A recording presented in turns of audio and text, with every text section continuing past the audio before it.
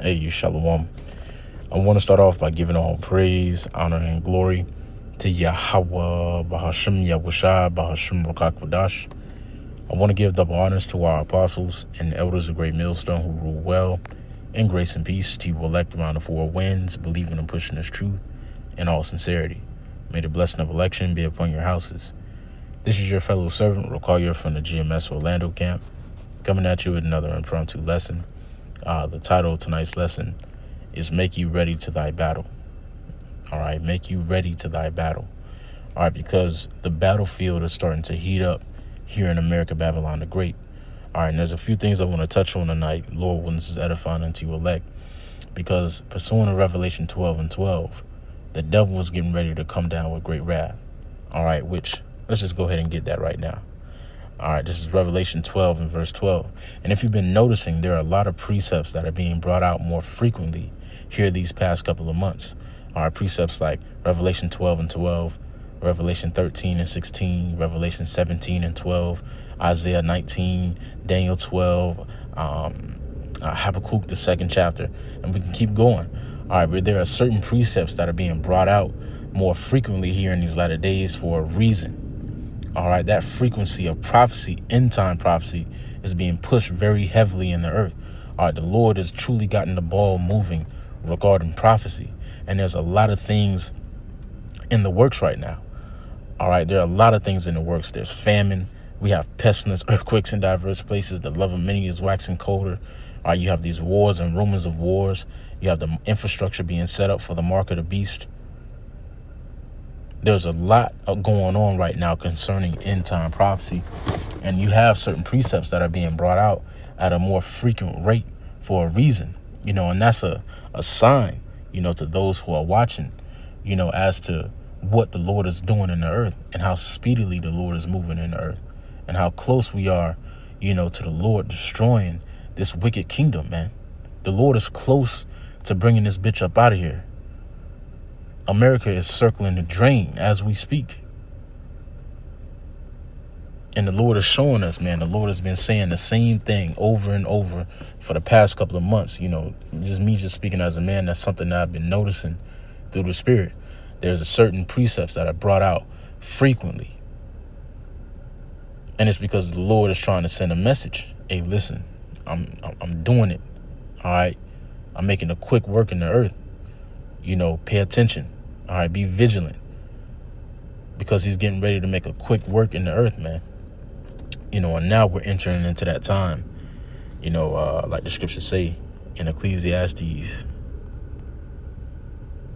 chapter 3 and verse 1, to everything there is a season and a time to every purpose under the heaven, a time to be born and a time to die, a time to plant and a time to pluck up that which is planted. And I'm going to jump down to the point. Let me see. Excuse me. Verse 8, a time to love and a time to hate, a time of war and a time of peace. All right, right now we're entering into that time of war. All right, a war has been waged not only physically, but on the spirits of the Lord's men, on the spirits of the Lord's people. There's a war being waged. And we're in that time of war. Those war drums are beating, all right, concerning, these other nations, all right, regarding America, Babylon the Great, and regarding the war for our souls, with Esau's mark, his digital ooh, as it were. There's a war going on right now. We're in the midst of war, and it's only going to intensify from here on out. But this is Revelation 12 and 12. It says, therefore rejoice ye heavens, and ye that dwell in them. Woe to the inhabitants of the earth and of the sea, for the devil is come down unto you, having great wrath, because he knoweth that he hath but a short time. All right, and the devil's getting ready to come down with great wrath because he knows that he has but a short time. Because just like we can see that this devil's at the end of his rope, you best believe the elites of the society can see it just as clear as we can. They see the signs. The Lord has given them the signs. All right, the Lord has numbered their kingdom, and they know it just as well as we do. So in a desperate attempt to maintain this feeble blessing that they've been given, they're going to try to go out with a bang. They're going to go out kicking and screaming. All right? And they're going to come down with great wrath, which is what they're doing even right now. You know, for a lot of these Northern Kingdom Jakes, they're getting snatched up by ICE and wrangled up and sent to these deterrent centers. All right, where they're being GRAPED'd, experimented on. Who knows what they're doing, you know, to these people. They're separating them from their families. Now in Chicago, you've had these troops, these 100 policemen, police officers, you know, run up in a project, you know, and snatch up families, babies, naked. We're going to play the video, Lord willing. All right, but you have a lot going on, all right, right now. All right, going into the devil coming down with great wrath. All right, he's getting ready to snuff you Jakes out. A lot of you niggas is getting ready to feel the wrath of Yahweh Ba'ashim Yahushai, man. But without further ado, we're going to get into this video. This is from the Elder GMS Watchman, uploaded 3 days ago.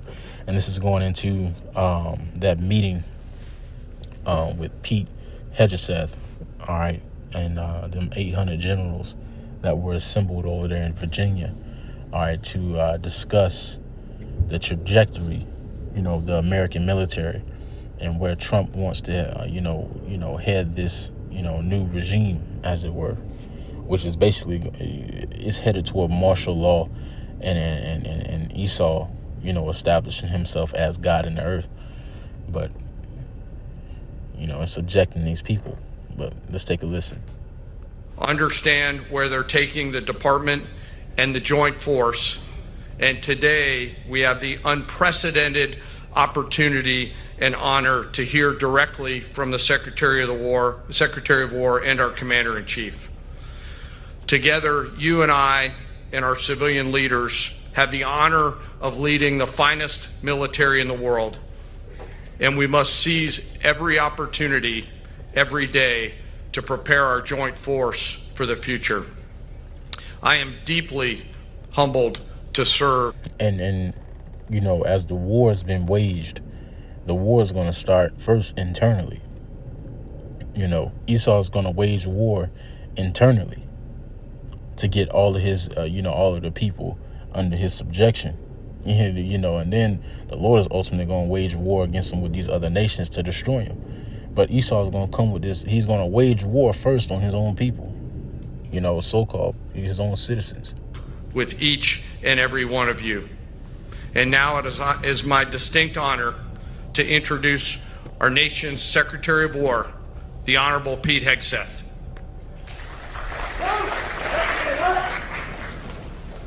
Thank you, Mr. Chairman. Sure. Thank you. Please take your seats.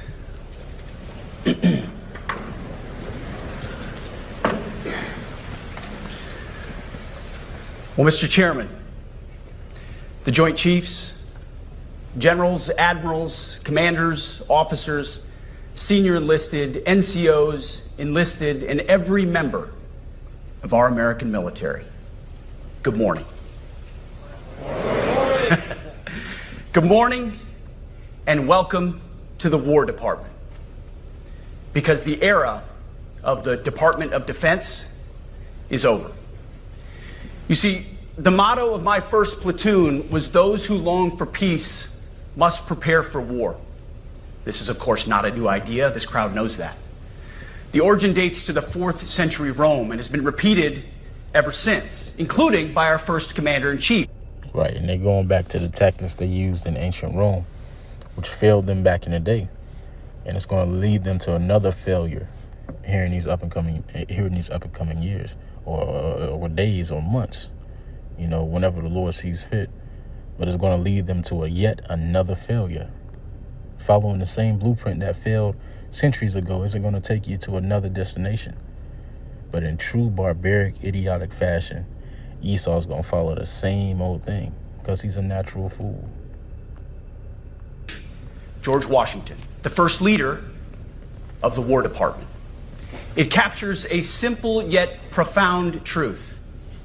To ensure peace, we must prepare for war. From this moment forward, the only mission of the newly restored Department of War is this: war fighting, preparing for war, and preparing to win, unrelenting and uncompromising in that pursuit. Not because we want war, no one here wants war, but it's because we love peace. We love peace for our fellow citizens. They deserve peace, and they rightfully expect us to deliver it.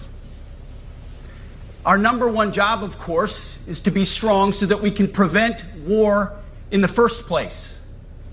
The president talks about it all the time. It's called peace through strength. And as history teaches us, the only people who actually deserve peace are those who are willing to wage war to defend it. That's why pacifism is so naive and dangerous. It ignores human nature and it ignores human history.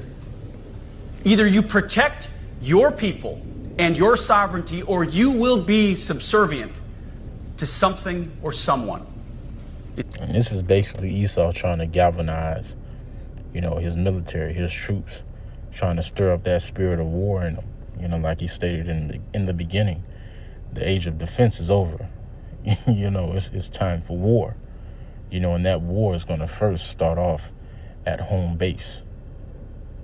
He's trying to rile up their minds, which ultimately it didn't go the way he wanted it to go. A lot of these guys really are against waging war on their own people, which is why Esau gonna come with those robots. He's gonna come with those drones to do the bidding, his bidding, that a lot of these, military soldiers won't do.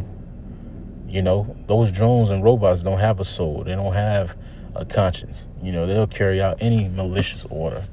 These, when you deal with troops, you deal with, a mind, so to speak, that you have to constantly,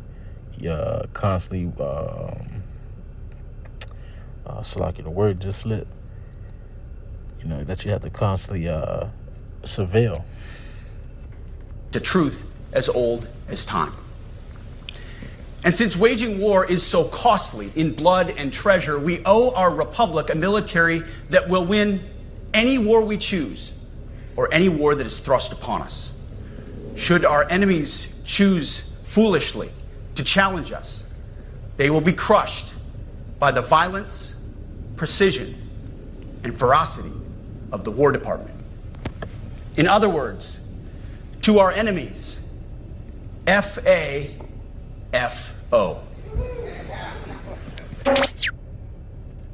And those enemies, you already know who that's talking about. We don't even have to get into specific details. You already know who those enemies are, that this Edomite is talking about. And the scriptures already lay it out for us. The devil's getting ready to come down with great wrath, ultimately against those who serve the Lord, which we're going to get in 2nd Esdras 16. But I had another video. All right. Do you see that hundreds? The same elder. All right.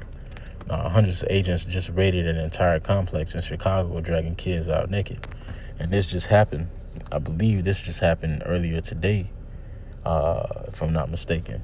But check this out. The agents raided an apartment complex in Chicago in the middle of the night, taking children out naked and detaining black U.S. citizens. This happened around 1 a.m. at a large apartment complex in the South Shore neighborhood of Chicago.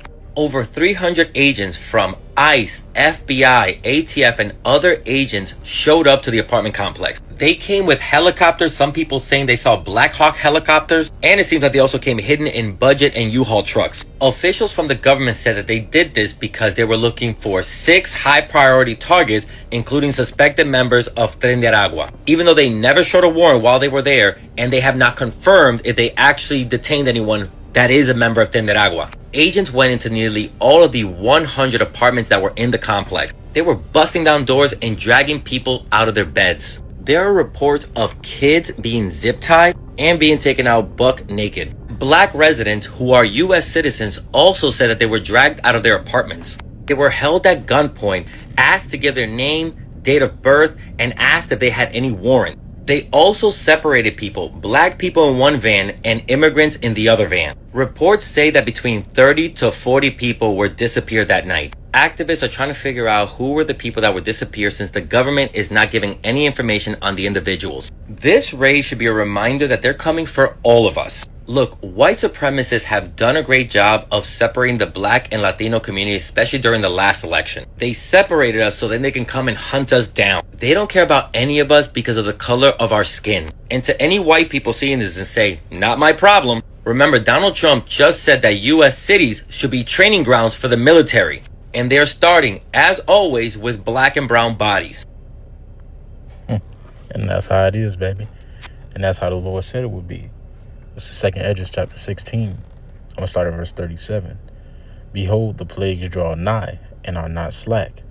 As when a woman with child in the 9th month bringeth forth her son, with 2 or 3 hours of her birth great pains compass her womb, which pains when the child cometh forth, they slack not a moment. Even so shall not the plagues be slack to come upon the earth, and the world shall mourn, and sorrow shall come upon it on every side. And that's the point where we find ourselves now. We find ourselves now in that point to where the world is languishing. The world is in a state of languish, of lamentation. The Elder Yashawamba did a beautiful lesson on that a couple of months ago, on how the world is in a state of lamentation. The world is in a state of sorrows, ultimately because the wicked are in authority, like it says in Proverbs. But, the world is in a state of languishing, sorrow. All right. And it's coming upon it on every side. It says, "O my people, hear my word. All right. Make you ready to thy battle. And in those evils be even as pilgrims upon the earth." All right. And pretty soon, we're going to have to be like those pilgrims, moving on faith. That's a part of that's really the biggest part of making ready to the battle that the Lord is getting ready to wage on the earth. All right. Fortifying our faith, fortifying our understanding, in Yahweh Ba'ashem Yahushai and His truth. All right. Like it says in Isaiah 33:6, "And wisdom and knowledge shall be the stability of thy times, and the strength of thy salvation. The fear of the Lord is our treasure." All right. These are some key components, that the Lord told us to hone as we make ready to this battle that's being waged on the planet. It says, "O my people, hear my word. Make you ready to thy battle, and in those evils be even as pilgrims upon the earth." And pilgrims, they move. They're not set upon one place. Really, they move by faith. It's the ultimate example of moving by faith. Wherever the Lord takes you, wherever the Lord sees fit, we move according to the will of the Lord. It says, I'm going to jump down. Yeah, I'm going to jump down.